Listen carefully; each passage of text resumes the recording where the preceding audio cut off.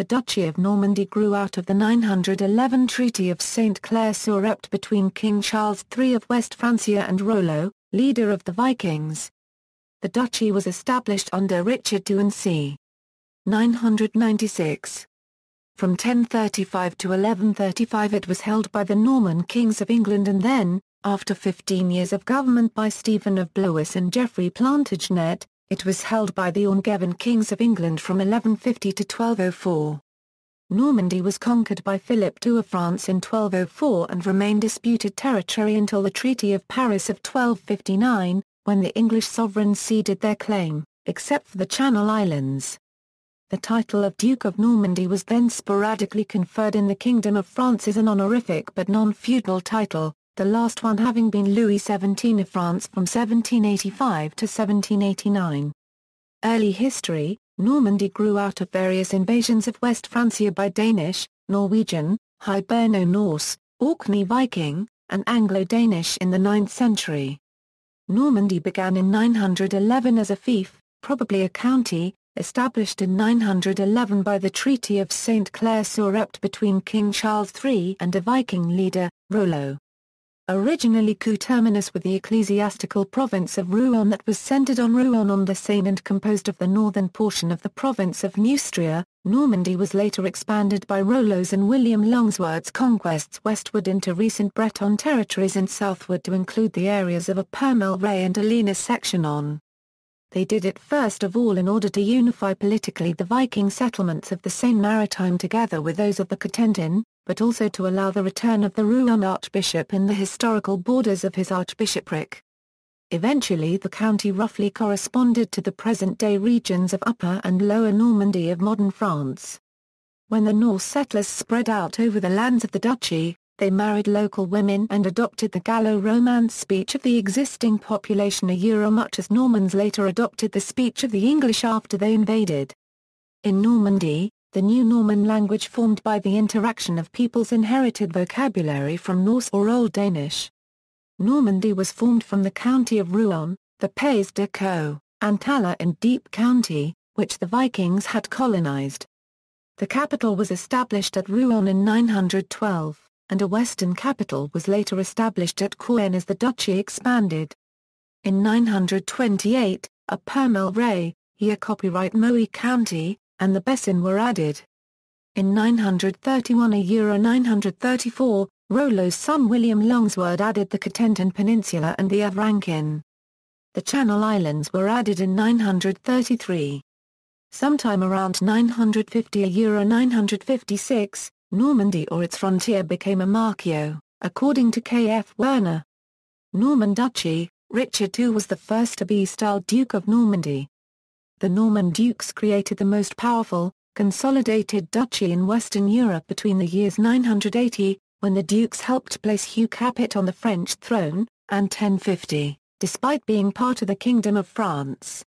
Scholarly churchmen were brought into Normandy from the Rhineland, and they built and endowed monasteries and supported monastic schools.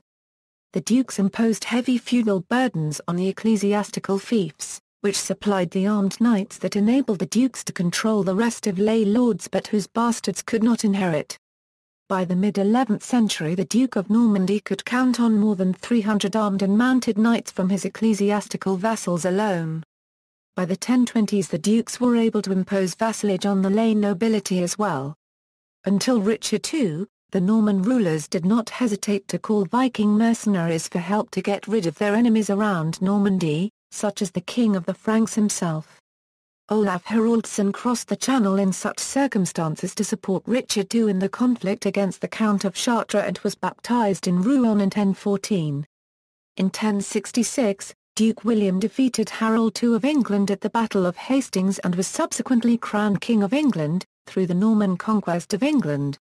Anglo-Norman and French relations became complicated after the Norman conquest. The Norman dukes retained control of their holdings in Normandy as vassals owing fealty to the King of France, but they were his equals as kings of England.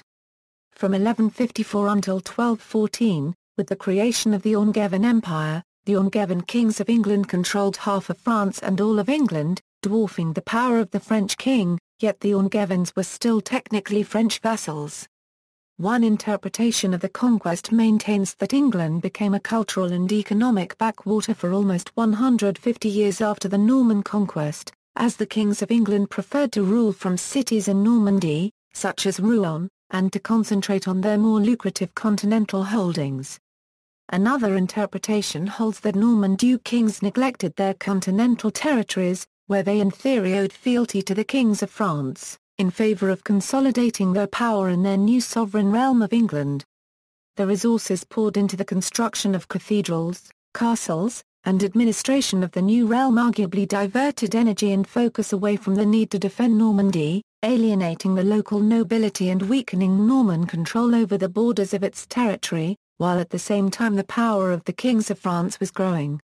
The duchy remained part of the Anglo-Norman realm until 1204, when Philip II of France conquered the continental lands of the duchy, which became part of the Royal Demesne. The English sovereigns continued to claim them until the Treaty of Paris but in fact kept only the Channel Islands. Having little confidence in the loyalty of the Normans, Philip installed French administrators and built a powerful fortress, the Quai Saint-Ouen de Rouen, as a symbol of royal power. Later history. Although within the Royal Demesne, Normandy retained some specificity. Norman law continued to serve as the basis for court decisions. In 1315, faced with the constant encroachments of royal power on the liberties of Normandy, the barons and towns pressed the Norman Charter on the king. This document did not provide autonomy to the province but protected it against arbitrary royal acts. The judgments of the Exchequer, the main court of Normandy, were declared final. This meant that Paris could not reverse a judgment of Rouen. Another important concession was that the King of France could not raise a new tax without the consent of the Normans. However, the charter, granted at a time when royal authority was faltering, was violated several times thereafter when the monarchy had regained its power.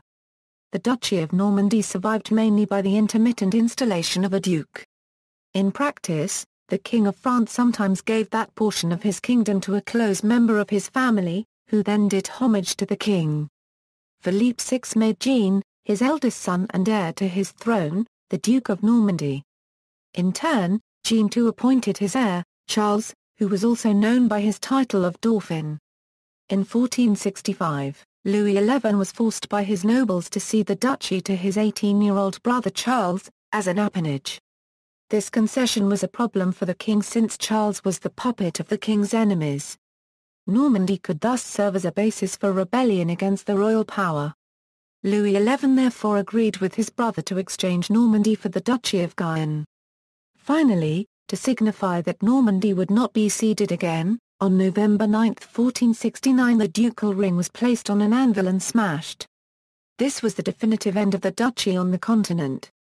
Dauphin Louis Charles, the second son of Louis XVI, was again given the nominal title of Duke of Normandy before the death of his elder brother in 1789. See also, Duke of Normandy, Angevin Empire, Anglo-Norman, Norman architecture, History of Normandy, Gesta Normannorum Ducum, Roman de Roux, Treaty of Louviers. References. External links, The Vikings in Normandy, Density of Scandinavian Place Names.